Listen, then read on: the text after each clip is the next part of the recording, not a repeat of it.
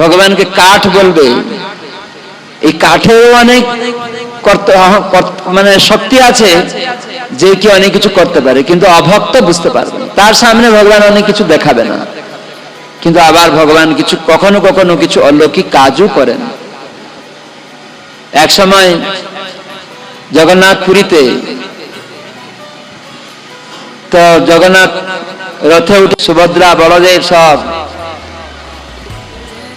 তো সেখানে উড়িষ্যার রাজা ছিল মুখ্যমন্ত্রী নন্দিনী সৎপতি মহিলা, অনেক আগের কথা বলছি।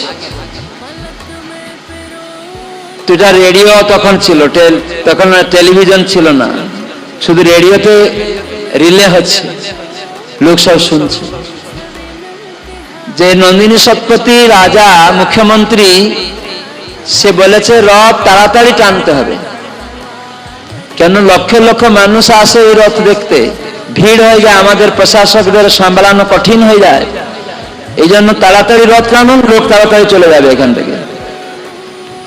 আর মুখ্যমন্ত্রীর নির্দেশে পান্ডারা তাড়াতাড়ি চেষ্টা করছে, বলদেবকে নিয়ে গেছে, সুভদ্রাকে নিয়ে গেছে, সুদর্শনকে নিয়ে গেছে। আর সিংহাসন, জগন্নাথের যে মন্দির রত্ন সিংহাসন থেকে জগন্নাথকে আর পান্ডারা আনতে পারছে না, বের করতেই পারছে না। অনেক পান্ডা গিয়ে টানছে, পারছে না, নাড়াতেই পারছে না এক চুল। এটা কয়েক বছর আগের ঘটনা।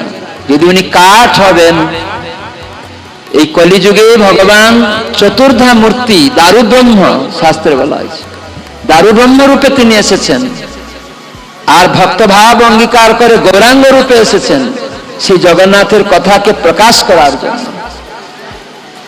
সারা জগতের লোককে বুঝাবার জন্য। তো সেই নন্দিনী সৎপতি যখন জানলো জগন্নাথকে আর অনেক পান্ডা গিয়েও তুলতে পারছে না, এক চুল নাড়াতেই পারছে না, তখন জগন্নাথের কোমরে কাছি বাঁধানো হয়, মোটা মোটা রজু, পহন্ডি বীজের সময় দেখবেন অনেক পান্ডারা পিছন থেকে ঠেলে তাকে কোমরে বাঁধা থাকে, হাতে বাঁধা থাকে, সব টানতে টানতে নিয়ে আসে, আবার তুলে টানে, কেন অত ভারী নিতে পারে না, কিন্তু সেই তারাই সিংহাসন থেকে বেরই করতে পারে না, অনেক লোক টানছে তাও পারে না।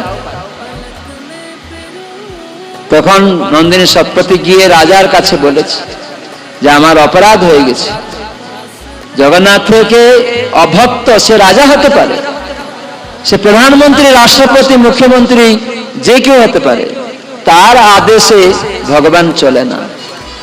সেই মুখ্যমন্ত্রী যদি ভক্ত হয়, সেই প্রধানমন্ত্রী যদি ভক্ত হয়, সেই রাষ্ট্রপতি যদি ভগবানের ভক্ত হয়, সে কখনো এরকম বলে না,